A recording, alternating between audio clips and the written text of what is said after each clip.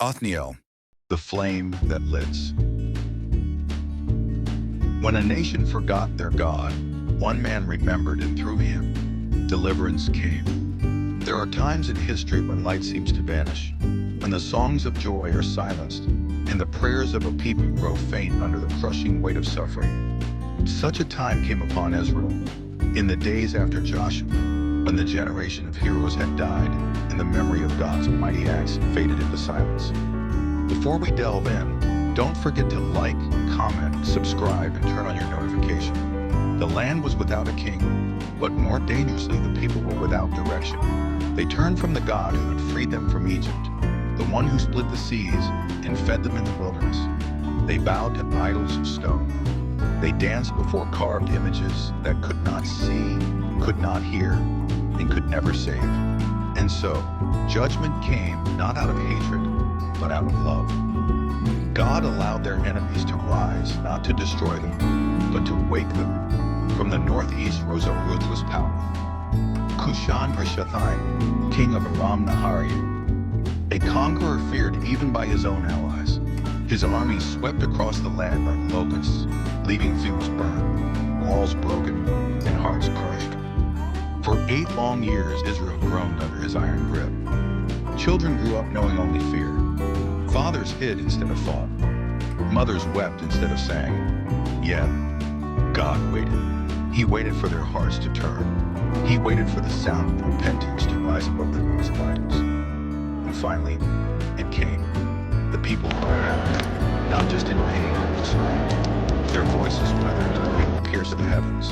And God, who never forgets his promises, remembered his people.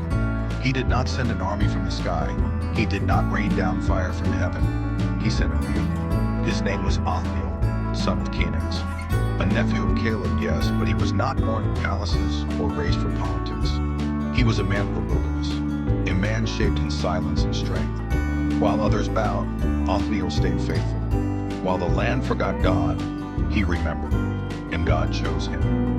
The Spirit of the Lord came upon him, and that changed everything. He rose like a lion from the shadows, not with the power of kings, but with the authority of heaven.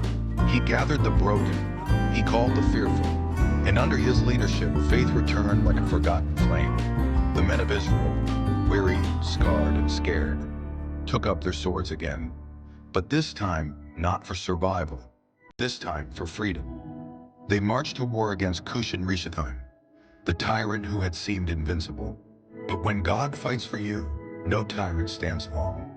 The battle was swift, precise, unstoppable. Othniel led with courage. His sword did not tremble, because he knew he was not fighting alone. And God delivered the enemy into his hands. The grip of Aram was broken.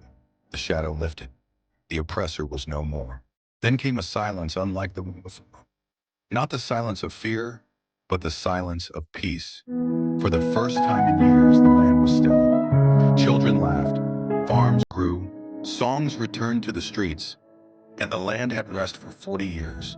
Not just rest from war, but from fear, from rebellion, from forgetting. Because one man remembered, and through him a nation was saved. Othniel is more than a name lost in the New Testament.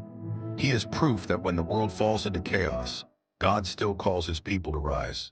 He is a reminder that no matter how far we stray, mercy waits if we turn back. He is a symbol of faithfulness when the crowd walks away. And he shows us this.